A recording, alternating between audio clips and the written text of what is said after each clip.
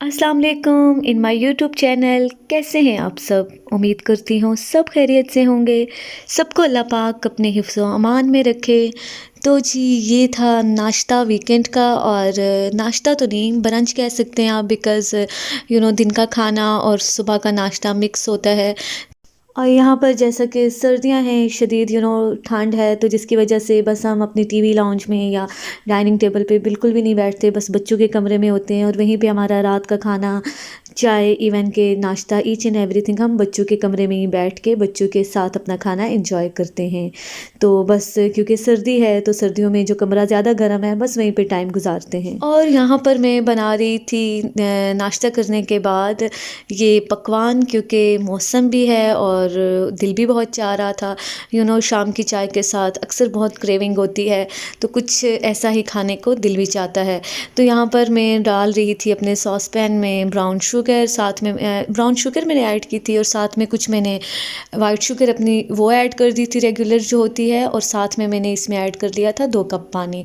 तो इसको तो बहरहाल मैंने चूल्हे पे रख दिया था, चूल्हे पे कहाँ, बर्नर पे रख दिया था कुक होने के लिए। और यहाँ पर मैं डाल रही थी आटा, मैदा, और थोड़ा सा आटा मुझसे गिर गया था, फिर वो मैंने नीट करके फिर से वीडियो बनाना स्टार्ट की, वहाँ पे मैंने स्टॉप कर दी थी।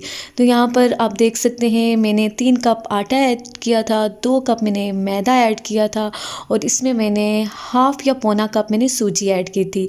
बेकिंग सोडा जा रहा है, और हाँ, बेकिंग पाउडर भी मैंने ऐड किया था। तो बस यहाँ पर मैं मिक्स कर लूँगी, और यहाँ पर मुझे फ़ील भी हो रहा था कि बाउल थोड़ा छोटा है।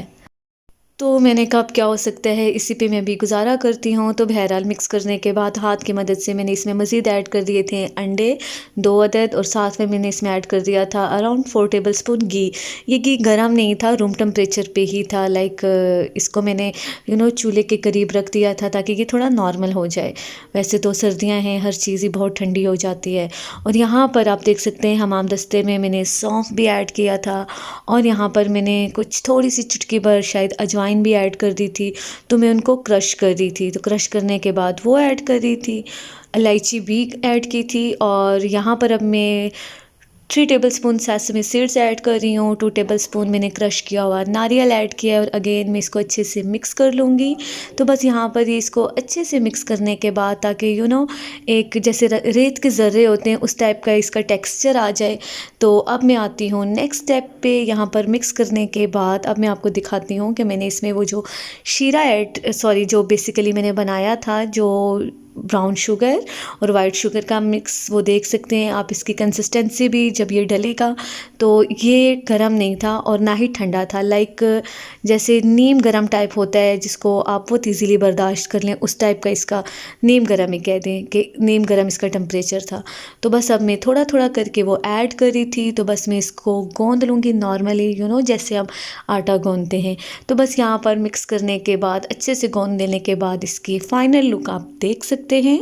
तो यहाँ पर अब मैं इसको रेस्ट दे दूँगी। रेस्ट ऑलमोस्ट कोई 15 से 20 मिनट की रेस्ट देना तो ज़रूरी है अगर आपने बनाने हैं फिर भी। तो अब मैं बनाऊँगी, फिर मैं आपको दिखाती हूँ कि ये कैसे लग रहे हैं।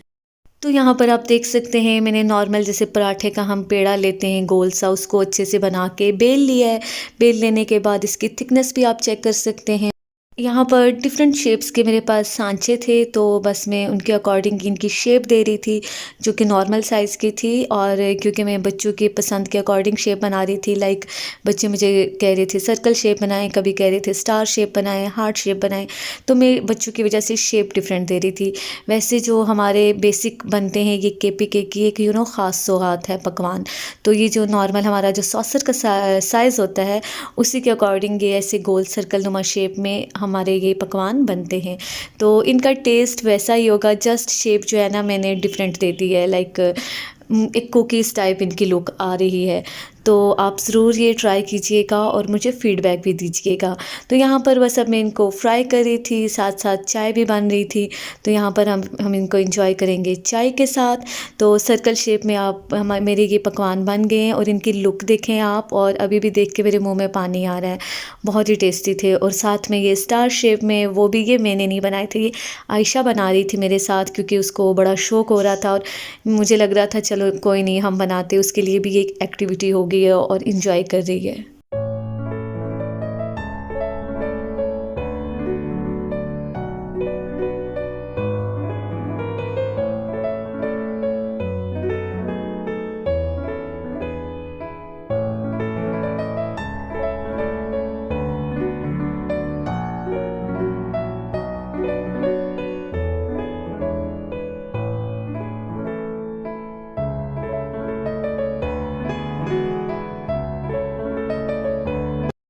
और बस यहाँ पर साथ-साथ बन भी रहे थे और ये मैं ऐड कर रही थी भाभी के लिए। मैंने कहा मैं उनको टेस्ट करवाऊँ और पूछूँ कि कैसे बने। बट जब मैं नीचे जा रही थी तो वो घर पे नहीं थी, तो मैंने कहा कोई बात नहीं, जब आएँगी तो टेस्ट कर लेंगी। तो बहरहाल बहुत अच्छे बने थे, बच्चों ने भी बहुत शौक़ से खाए थे। तो इसका आटा तो गूँथ के रख देते हैं, आप ऑन एंड ऑफ, यानी कि 10 दिन के लिए, 12 दिन के लिए आप फ्रिज में रख दें, तो आपका जब मन चाहे तो आप बस इनको फ्राई कर लें डिफरेंट शेप्स दे के। तो जनाब ये था हमारा शाम का टाइम, बच्चों को ले आए थे हम बाहर। तो मुझे ब्लू एरिया का जो सेवर है, जैसे कहते हैं ना एक नॉस्टैल्जिया, मेरी कोई ऐसी फीलिंग है कि क्योंकि मैंने अपनी यूनिवर्सिटी के दौर में बहुत ज़्यादा ये सेवर मतलब एंजॉय किया है, तो फ्रेंड्स के साथ। तो जब भी मैं बाहर आती हूँ तो मुझसे हादी के बाबा खाने की पूछते हैं, तो मैं अक्सर उनको कहती हूँ कि बहुत टाइम हो गया हम सेवर नहीं गए। तो नहीं जी, सेवर जाना है, जबकि उनका दिल बिल्कुल भी नहीं चाहता सेवर जाने का, क्योंकि वो कढ़ाई वगैरह के ज़्यादा शौकीन हैं।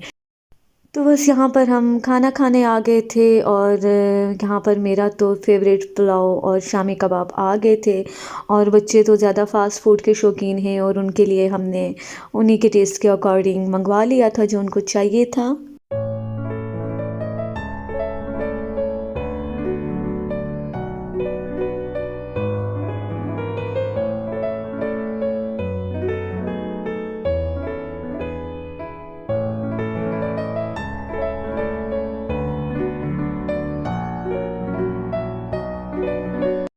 मैं जब भी यहाँ ब्लू एरिया सेवर पे आती हूँ तो मुझे अपनी यूनिवर्सिटी के फ्रेंड्स की भी बहुत याद आती है, अपना वो वक्त भी बहुत याद आता है। हम लोगों ने बहुत एक अच्छा वक्त स्पेंड किया है यहाँ पे। और जब भी हम यूनिवर्सिटी के असाइनमेंट्स वगैरह, लेक्चर्स वगैरह सुन के बहुत ज़्यादा जब थक जाते थे, तो फाइनली हम यहाँ पे आ जाते थे एक साथ मिल के सब खाना खाने।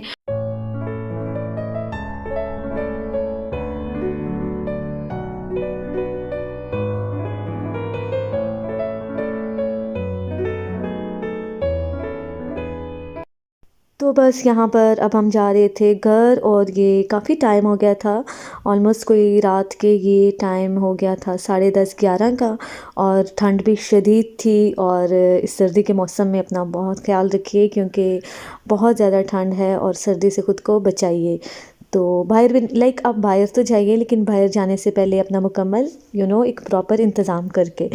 तो यानी कि ग्लव्स पहन लें, आप कैप शॉल्स रख लें, स्वेटर पहन लें, कैप पहन लें, जॉगर्स वगैरह। तो जी यहाँ पर मैं बना रही थी अपना मोस्ट फेवरेट सालन, यानी कि मिक्स सब्ज़ी। और यहाँ पर आप देख सकते हैं मेरे पास फ्रोज़न मटर थे और ये बाकी सारी सब्ज़ियाँ फ्रेश थी, जिसमें आलू थे, गाजर, टमाटर और ये थी जनाब फूल गोभी। तो यहाँ पर इनको मैंने काट के अच्छे से वॉश करके यहाँ पर साइड पे रख दिया था ट्रे में, ताकि मैं इनको जब पकाने लगूँ, जब मैं सालन पकाना स्टार्ट करूँ तो हर चीज़ प्रॉपर रेडी हो। तो बस यहाँ पर आप देख सकते हैं ये मैं बना रही थी बर्नर पे। और अच्छा आपस की बात है कि एक तो गैस नहीं होती बर्नर पे, बहुत स्लो फ्लेम होता है और धीमी आंच पे हम हल्के हल्के अपना सालन भी बना रहे होते हैं। तो उस सालन का टेस्ट तो नेक्स्ट लेवल का होता है, बाजू का बहुत अच्छा सालन बनता है। तो यहाँ पर मैंने प्रॉपर मसाला रेडी किया और उनमें 1 बाय 1 सब्ज़ियाँ ऐड की, जैसे मटर ऐड किए, उनको थोड़ी सी बुनाई करके मैंने आलू और गाजरें ऐड कर दी थी एक साथ। तो वो भी जब ऑलमोस्ट 50% नहीं 70% कुक हो गई थी, तो मैंने उसमें फूल गोभी ऐड कर दी थी और हरी मिर्चें ऐड कर दी थी। तो अगेन मैं इनको इतनी देर कुक करूँगी कि सारी सब्ज़ियाँ अच्छे से टेंडर हो जाएं। और इसमें मैंने पानी ऐड नहीं करना, बिकॉज़ मैं चाह रही हूँ कि ये अपने ही पानी में अच्छे से कुक हो जाएं, क्योंकि बर्नर पे मैं इनको कुक कर रही हूँ और बर्नर का फ्लेम भी स्लो है। तो बहुत अच्छे से ये मेरा सालन रेडी हो गया था। तो जी ये था छोटा सा व्लॉग जो मैंने आपके साथ शेयर किया। आई होप आपको पसंद आया होगा। तो अगर आप वीडियो वॉच करते हैं तो काइंडली सब्सक्राइब तो यकीनन आपने किया हुआ है, और अगर आपने नहीं किया हुआ तो प्लीज़ सब्सक्राइब भी कर दें और अपने फ्रेंड्स में फैमिली में चैनल को शेयर भी कर दीजिए। और कमेंट और लाइक करना मत भूलिए, क्योंकि ये हमारे लिए एक मोटिवेशन होती है। तो इसी के साथ चाहूँगी इजाज़त, दुआओं में रखिएगा याद। अल्लाह हाफ़िज़।